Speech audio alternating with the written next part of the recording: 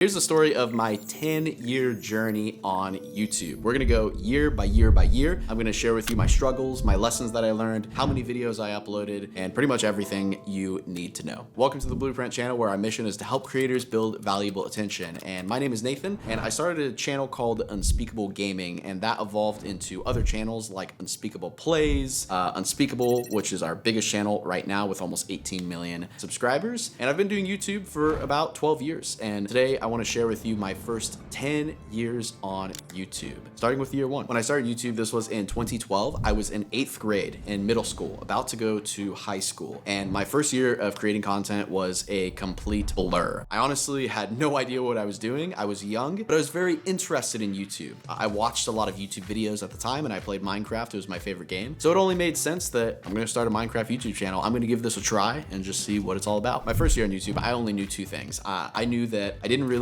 enjoy school, and I really wanted to make YouTube videos. And I also knew that I loved Minecraft. So that's the game I played. I started making and recording my videos on a laptop that my dad got me for Christmas. And this laptop was terrible. Don't get me wrong, I'm sure the laptop was good at surfing the internet, but it was not good at playing Minecraft and recording videos and editing videos. So what I had to actually do was delete the Windows operating system and downgrade to Windows XP. So then I could get a boost of about 30 FPS. So then I could record videos a little more smoothly, and it also helped editing as well. So that's one of the things I learned is you just got to make it work with your equipment. There's always a way. In my first year, I uploaded 143 videos in this year, and of course not a single one hit a million views. Year number two, I started to learn a little bit more about videos. Obviously I've posted 143 videos, so I started to learn how to edit a little better, how to make transitions. I started to become a little more entertaining. I was obviously very shy and very boring in my videos, but my personality started to open up a little bit. I also learned how to work Photoshop so I could design better thumbnails, and I also learned how to title my videos a little bit better. Now, I will say the more videos I created, the more my passion actually grew. And this is one of the things that I discovered just about passion and life, and I guess success, or whatever you want to call it. I mean, I didn't really have any success in year two,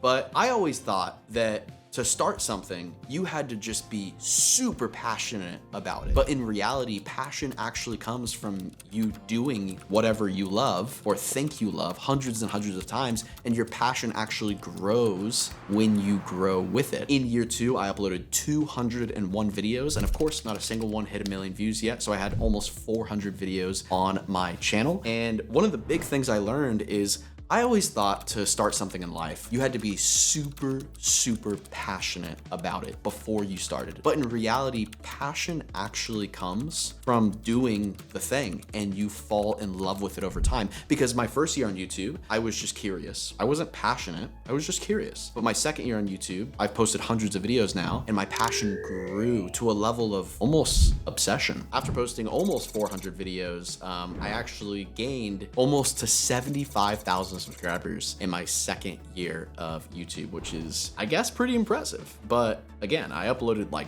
340 videos. Obviously, I was making a ton of Minecraft videos, and one of the big things that I discovered was Minecraft was a market where at the time there was more demand for videos than there was creators making content, if that makes sense. So it was easier to grow in the Minecraft scene because there was so many people wanting to watch videos, but there was not enough creators almost. That's when I started to make different videos. I really started to stand out by making these top 5 Minecraft videos. So a lot of other creators would just do a basic Minecraft mod showcase, but I would do a top 5 Minecraft mod showcase, or a top 10, or a top 20. I would also do all types of other top 5 videos. Year 3 on YouTube, I was about a year or so away from graduating high school.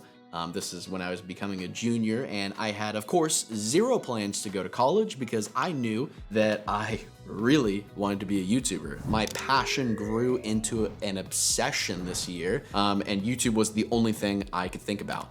It was all I wanted to do on the weekends. It's all I wanted to do after school. I made videos on Christmas. I made videos on Thanksgiving. Of course, I still spent time with my family, but I was just obsessed with making videos. I was in love with it. I told myself I really have to make this work. I wasn't really making much money on YouTube at the time, but I told myself I have to figure out a way to make this work because I do not want to go to college. I had no career plans. I kind of wanted to be like a pilot, but I was like, man, that just sounds like boring compared to making YouTube videos with my friends. So I finished year 3 with uploading 231 videos in that year. I had a total of 575 videos uploaded on my channel, and that year, on year 3, was my first video to hit 1 million views. It was like a weight was lifted off of my shoulders. It was a sign of hope that I actually felt like I knew what I was doing because I hit a video with 1 million views. And the video that hit 1 million views was top 20 Minecraft mods. And the funny thing about this is I actually made nearly 20 versions of this video before this one hit 1 million views. So that was a big lesson I learned that year, is sometimes you gotta make 20 versions of a video idea for it to go viral. I also passed 100,000 subscribers in year 3, which was a huge sign of relief as well, because like I said, I felt like I knew what I was doing. But let's move on to year 4. After publishing 575 videos in the past 3 years, I obviously learned a lot of different things. I learned how to edit even better. I learned how to film better. I started using multiple cameras and videos when I was in the video game. I learned how to identify very unique, very different video ideas and how to take ideas from multiple different creators and combine them together to look like new and original ideas, which is the 1 + 1 = 2 method that we teach inside Blueprint University. I also learned how to be funny, different to my audience. I learned to lean into my strengths as a creator and my own personality, which is also a big thing we talk about in Blueprint University. And that started to define my brand. That started to be the reason that people watch my videos. Year 4 was a huge year of growth. I posted around 400 to 500 videos, I want to say, and I gained 1 million subscribers that year. This was also the year that I graduated high school. Like literally, as I was walking across the stage and getting my diploma, I was pretty much passing 1 million subscribers. It was a very special moment. It was the biggest relief off my shoulder because I knew that, okay, I have 1 million subscribers. I was making, I don't remember how much I was making, but I want to say it was somewhere in the range of, maybe $40,000 to $80,000 a month off YouTube. So I kind of told myself like, okay, well, I don't think I need to go to college because I'm making a massive salary, so I can start investing a lot more into my content. I had some editors helping me edit at the time, but I wanted to invest and get more editors, more support, more artists that can help me do graphic design work for the videos and all types of stuff. So this is a big year of growth. I mean, I'm starting to grow a real business, but I'm also graduating high school and stepping out into the real world. Year number 5. Now, by year 5, I have posted over 1,000 videos to YouTube. And at this point, I really understand the game of YouTube. I started developing tons of blueprints for success, which is the whole reason I built Blueprint University. But I started developing these plans of, hey, this is how I should edit this. And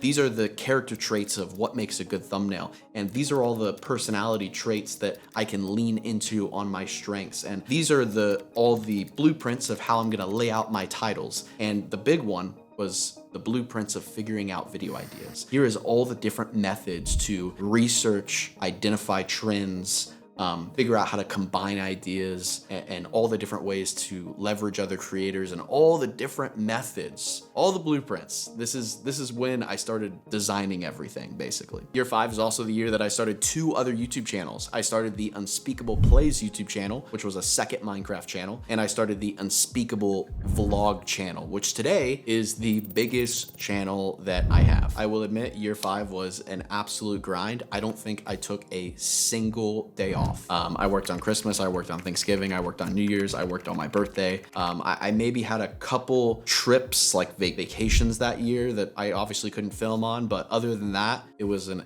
absolute grind. In year 5, I posted 869 videos in 1 year across 3 of my YouTube channels.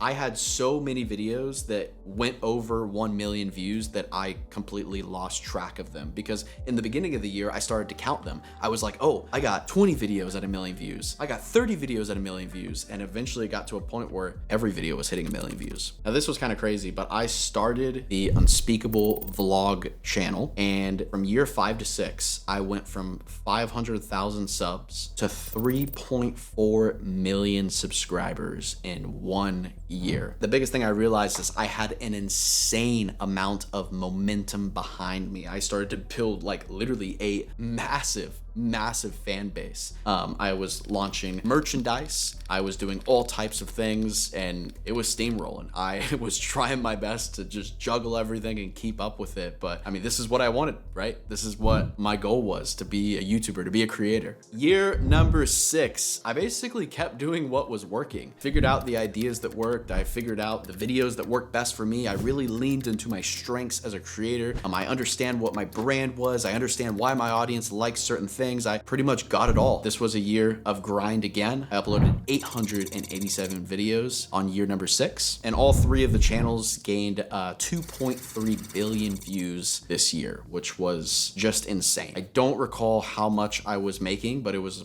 multiple 6 figures every single month, which was pretty insane. And this was also the year that I really started building out more of a team, trying to figure out, really how to scale this thing and what's next. I was also very stressed about what if the views go down, which obviously the next couple of years, they did not go down. They pretty much stayed the same, I would say. But another thing that happened in year 6 is I also hit 10 million subscribers for the first time on my Unspeakable gaming channel, which was honestly one of those pinch me moments that I didn't think was real. When I started YouTube, I didn't even set a goal to hit 10 million subscribers because I thought that was so far away that it was just unrealistic. I hit 10 million subscribers. It came faster than I thought because there was so much momentum behind me. Let's jump over to year number 7. Now, this was a big year.